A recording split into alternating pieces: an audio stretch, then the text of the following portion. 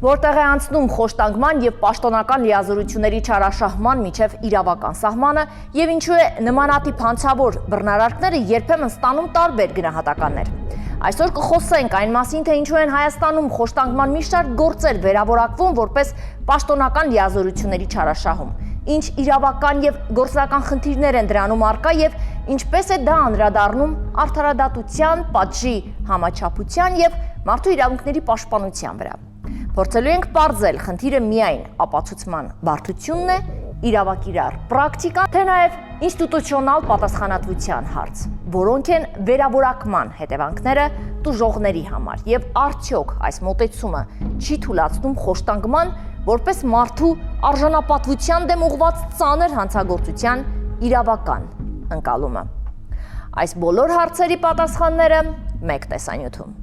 Խոշտանգում թե պաշտոնեական լիազորությունների չարաշահում, որտեղ է անցնում իրավական սահմանը։ Հայաստանում խոշտանգման վերաբերյալ քրեական գործերի մի մասի հետագա վերավորակավորումը որպես պաշտոնեական լիազորությունների չարաշահում տարիներ շարունակ դարձել է իրավական եւ հասարակական լուրջ քննարկումների առարկա։ Առաջին հայացքից նույնաբովանդակ թվացող արարքները երբեմն արժանանում են արմատապես տարբեր իրավական գնահատականի, ինչը ոչ միայն ազդում է պատժաչափի, այլև արդարադատության ընկալման վրա։ Գործնականում խոշտանգման գործերի վերավորակավորման հիմնական պատճառը ապացուցման բարձր շեմն է։ Խոշտանգման հանցակազմի դեպքում քննությունը պարտավոր է հիմնավորել ոչ միայն բռնության փաստը, այլև դրա նպատակային բնույթը։ Եթե քննության ընթացքում չի հաջողվում աներկբա ապացույցներով հաստատել, որ բռնությունը կիրառվել է օրինակ ցուցմունք կորզելու կամ պատժելու նպատակով, ապա իրավապահները հաճախ ընկնում են ավելի ճակերտավոր ասված անվտանգ իրավական որակում, պաշտոնեական լիազորությունների չարաշահում։ Մյուս գործոնն է իրավակիրառ պրակտիկան։ Երկար տարիներ խոշտանգման հոդվածը կիրառվել է չափազանց սահմանափակ, ինչի հետևանքով այն ընկալվել է որպես բացառիկ դեպքերի համար նախատեսված նորմ։ Արդյունքում նույնատիպ բռնի գործողությունները հաճախ տեղավորել են պաշտոնեական չարաշահման շրջանակում։ Փաստաբան Արմինե Ֆանյանը որպես պաշտպան ներգրաված է եղել մի շարք նմանատիպ քրեական գործերով, որտեղ իրավական այդ նուրբ տարբերությունը էականորեն ազդել է ողջ դատավարության վրա։ Քրեական վարույթը նախաձեռնված է խոշտանգման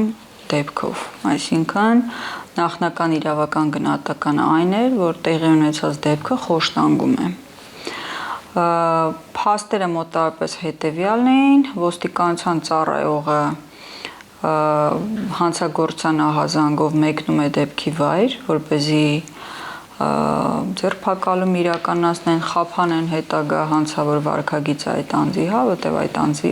դեռևս դեպքի վայրում էր եւ շարունակում էր հանցավոր վարքագիծը, երբ որ ժամանում է իր գործընկերոջ հետ դեպքի վայր, անձը շարունակում է իր հանցավոր վարքագիծը,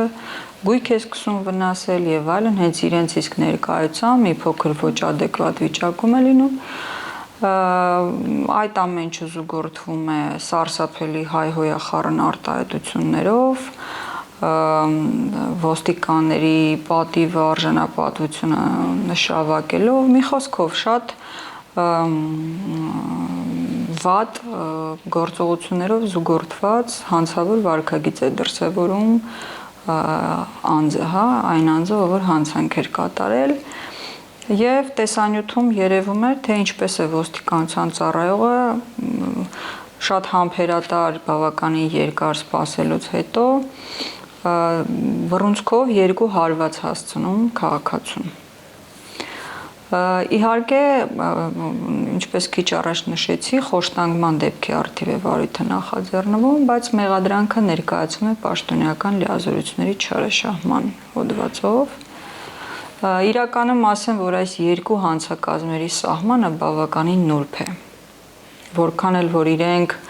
տարբեր հանցագործություններ են, իրենց դրսևորման ձևերով, էությամբ,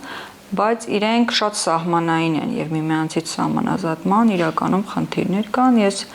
գիտեմ նաեւ, որ ձեր հաղորդաշարից մեկում մեկ այլ հաղորդման էի մասնակցում, որում քննարկում էր նմանատիպ դեպք, որտեղ անձը դատապարտվել էր արդեն խոշտանգման հոդվածով։ Եվ սա պատահական չէ, որտեղ իրականում չի բացառում, որպեսզի շփոթություն առաջանա այս երկու հոդվածների միջև։ Ինչն է կարևոր, ինչը պետք է հաշվի առնի վարույթ իրականացնող մարմինը, հա։ Նախ դրսևորած բռնության հայ իշխանության ներկայացուցչի կամ պաշտոնատար անձի ինտենսիվությունը, նրա դրսևորած արարքի սուբյեկտիվ կողմը, որքանով է նա ցանկացել ուժեղ ցավ կամ հոգեկան տառապանք պատճառել անձին, հա, որովհետև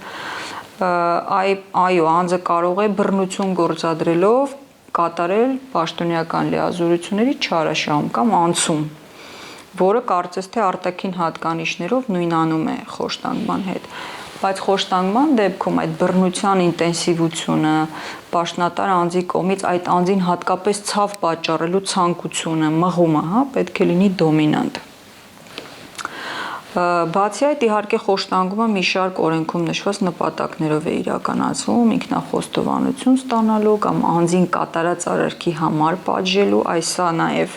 կարող է շփոթություն առաջացնել, հա, պաշտոնեական լիազորությունների չարաշահման հանցակազմի հետ,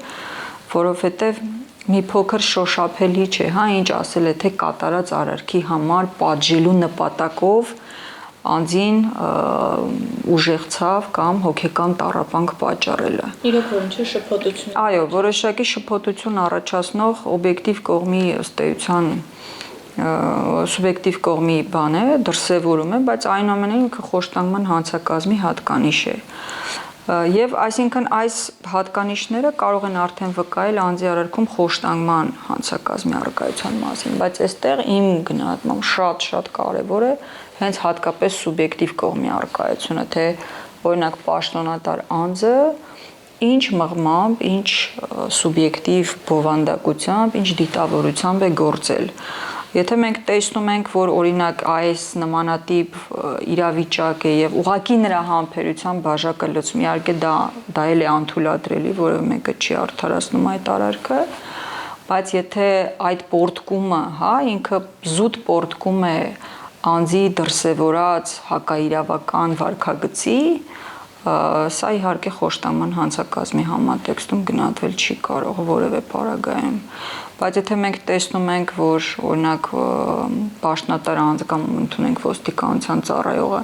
բռնությունը դիտավորյալ է գործադրում հենց այո հատուկ զուտ այն արարքի համար, որի համար այդ անձը բռնվել է, բերվել է ոստիկանության բաժին կամ դիտավորության բռնություն է գործադրվում կամ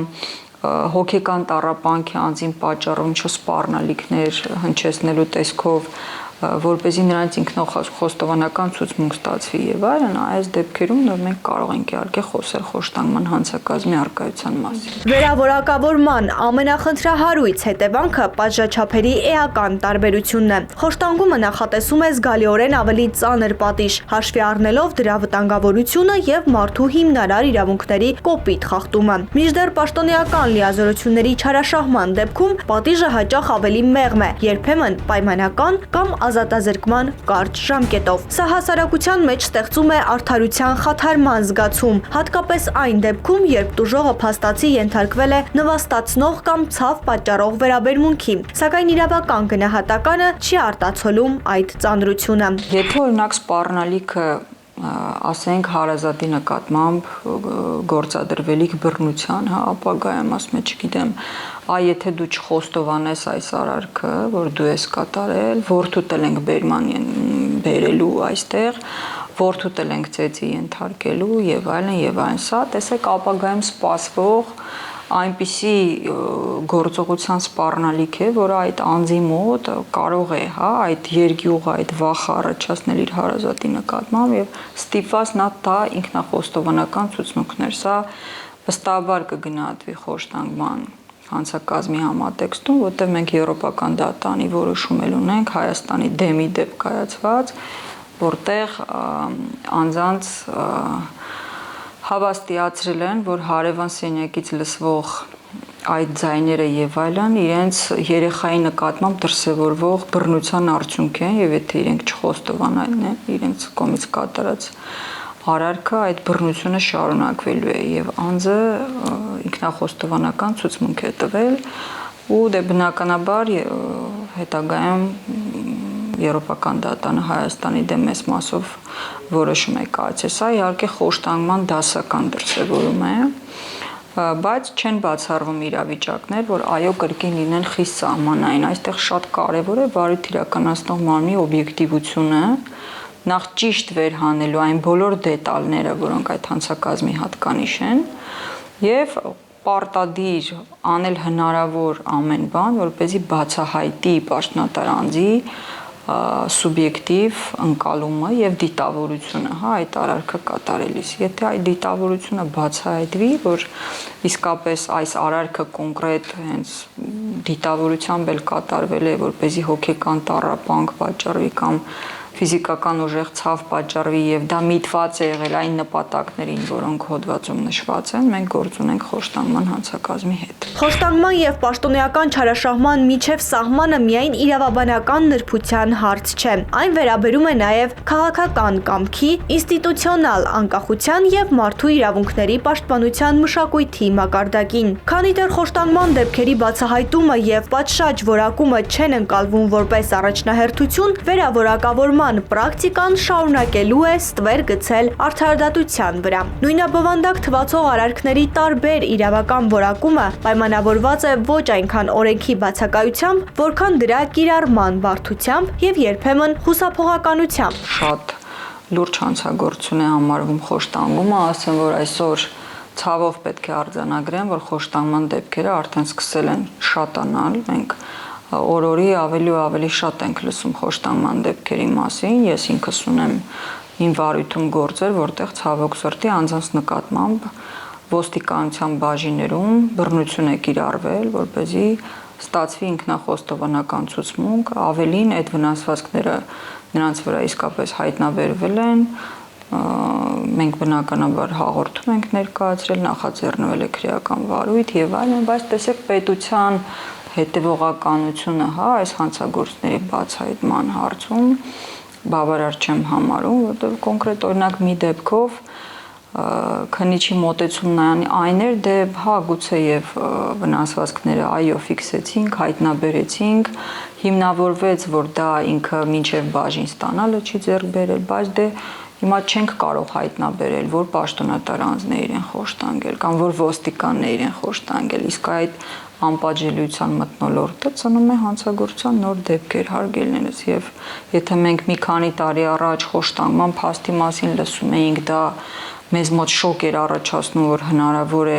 նույնիսկ այս փուլում, մեր իրավական պետության ընդունենք այս փուլում ունենալ խոշտանգման դեպք, այսօր արդեն ցավոք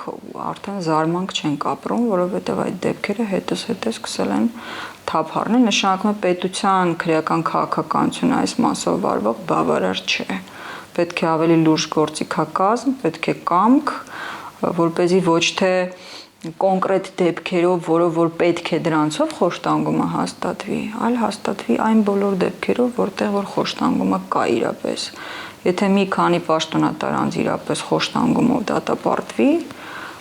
դեպքերը կրկին կսկսեն նվազել, բայց քանի դեռ այս